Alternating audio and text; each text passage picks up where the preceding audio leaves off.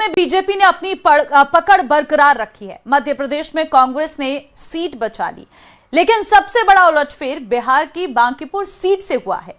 3 दशक से सीट पर बीजेपी का दबदबा रहा, लेकिन इस बार प्रशांत किशोर की जन स्वराज पार्टी ने यहां बड़ा सियासी उलटफेर कर दिया। खुद प्रशांत किशोर यहां से उम्मीदवार थे और बांकीपुर में उनकी ऐतिहासिक जीत हुई है। सवाल यह कि क्या भारतीय जनता पार्टी ने बड़ी राजनीतिक रणनीति चूक हुई है या फिर यह ओवर कॉन्फिडेंस का नतीजा है। हालांकि आज लालू यादव की आरजेडी और विपक्षी गठबंधन के लिए बड़े आत्ममंथन का दिन है, क्योंकि आरजेडी यहां तीसरे नंबर की पार्टी बनी।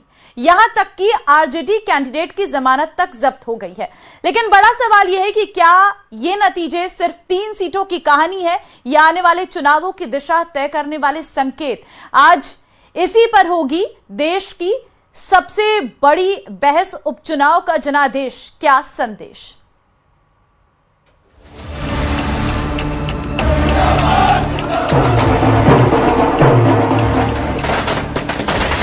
तीन विधानसभा सीटों पर हुए उपचुनाव में बिहार में बड़ा उलटफेर हुआ है।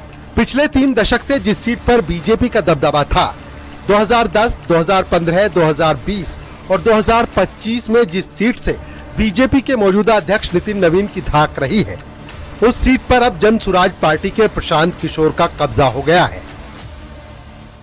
भाजपा के केंद्रीय नेतृत्व को ये संदेश देने का एक प्रयास है कि बिहार में किसी अच्छे व्यक्ति को मुख्यमंत्री बनाइए, किसी अपराधी, किसी गलत चाल चरित्र चेहरा वाले व्यक्ति को बिहार का नेतृत्व मत दीजिए। मध्य प्रदेश में दतिया सीट पर कांग्रेस ने जीत दर्ज की है। हालांकि ये सीट पहले से ही कांग्रेस के पास थी और कांग्रेस विधायक राजेंद्र भारती की अयोग्यता के चलते खाली हुई थी। चुनाव ने चेहरा बेनकाब कर दिया भारतीय जनता पार्टी की मध्य प्रदेश की सरकार का। अकूट अराजकता की सरकार है, जिसका किसी भी क्षेत्र में कोई मैनेजमेंट काम नहीं करता। उस सरकार के चेहरे को दतिया की जनता ने बेनकाब किया। गुजरात में बीजेपी विधायक योगेश पटेल के निधन के बाद खाली हुई मांजलपुर सीट पर बीजेपी ने फिर से जीत का झंडा लहराया है।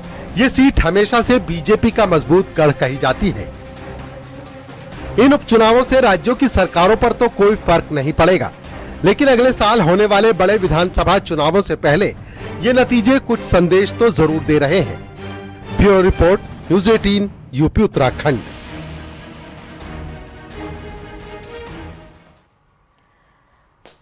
राजस्थान के कॉलेज और विश्वविद्यालयों में एक बार फिर छात्र राजनीति की सरगर्मी तेज हो गई है। छात्र संघ चुनाव बहाल करने की मांग अब ज्ञापनों से निकलकर अनशन और भूख हड़ताल तक पहुंच चुकी है।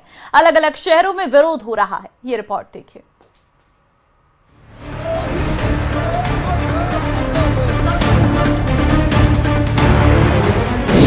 हक की लड़ाई सड़क पर आई, सियासत की सीढ़ी भूल रही नई पीढ़ी, छात्रों की गुहार पूरी करेगी सरकार।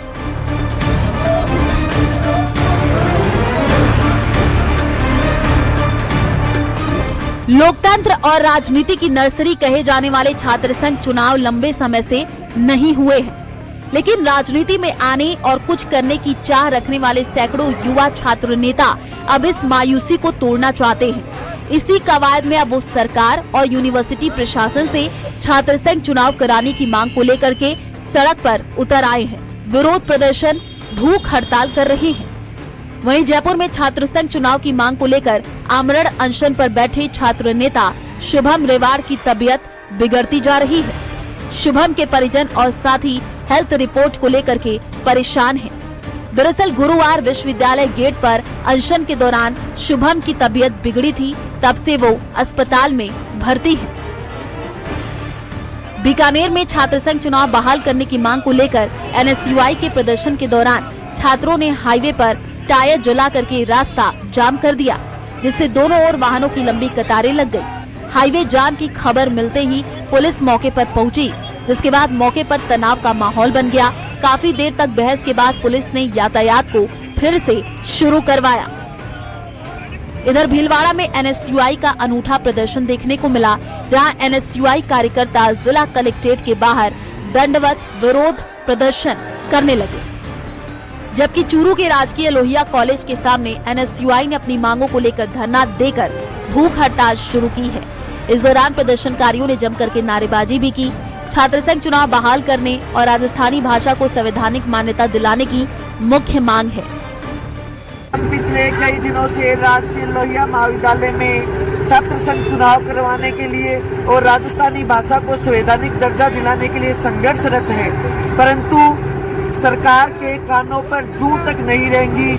अलवर में छात्र संघ चुनाव बहाल करने, विद्यार्थियों की कई मांगों को लेकर के एनएसयूआई राजस्थान के प्रदेश महासचिव विनोद जाटव के नेतृत्व में बाबू शोभाराम राजकीय कला महाविद्यालय के मुख्य द्वार पर अनिश्चितकालीन भूख हड़ताल शुरू की गई। भूख हड़ताल पर बैठे नेताओं ने कहा कि छात्र संघ चुनाव लोकतंत्र की पहली पाठशाला है।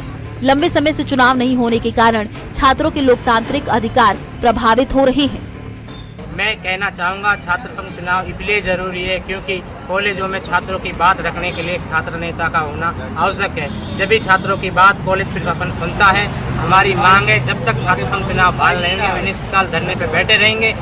फिलहाल प्रदेश के कई जिलों में छात्र संघ चुनाव बहाल करने की मांग को लेकर के विरोध प्रदर्शन देखने को मिल रहा है। Bureau report news 18 Rajasthan.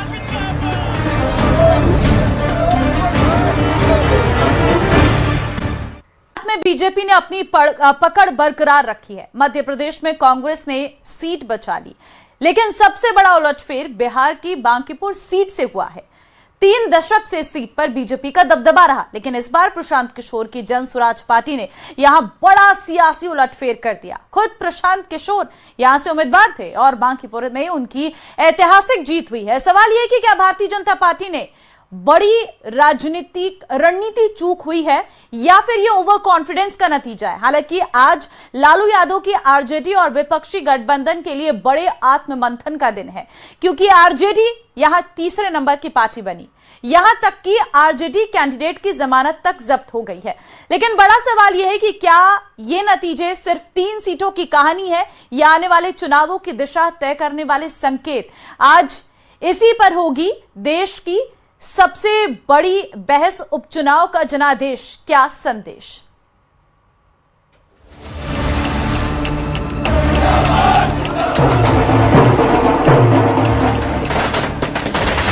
तीन विधानसभा सीटों पर हुए उपचुनाव में बिहार में बड़ा उलटफेर हुआ है।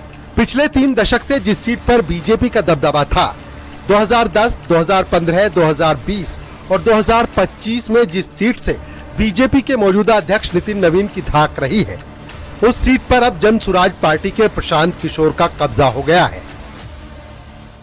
भाजपा के केंद्रीय नेतृत्व को ये संदेश देने का एक प्रयास है कि बिहार में किसी अच्छे व्यक्ति को मुख्यमंत्री बनाइए, किसी अपराधी, किसी गलत चाल चरित्र चेहरा वाले व्यक्ति को बिहार का नेतृत्व मत दीजिए। मध्य प्रदेश में दतिया सीट पर कांग्रेस ने जीत दर्ज की है। हालांकि ये सीट पहले से ही कांग्रेस के पास थी और कांग्रेस विधायक राजेंद्र भारती की अयोग्यता के चलते खाली हुई थी। चुनाव ने चेहरा बेनकाब कर दिया भारतीय जनता पार्टी की मध्य प्रदेश की सरकार का। अकूट अराजकता की सरकार है जिसका किसी भी क्षेत्र में कोई मैनेजमेंट काम नहीं करता। उस सरकार के चेहरे को दतिया की जनता ने बेनकाब किया है। गुजरात में बीजेपी विधायक योगेश पटेल के निधन के बाद खाली हुई मांजलपुर सीट पर बीजेपी ने फिर से जीत का झंडा लहराया है। ये सीट हमेशा से बीजेपी का मजबूत गढ़ कही जाती है। इन उपचुनावों से राज्यों की सरकारों पर तो कोई फर्क नहीं पड़ेगा, लेकिन अगले साल होने वाले बड़े विधानसभा चुनावों से पहले ये नतीजे कुछ संदेश तो जरूर दे रहे हैं। Bureau report news 18 UP Uttarakhand.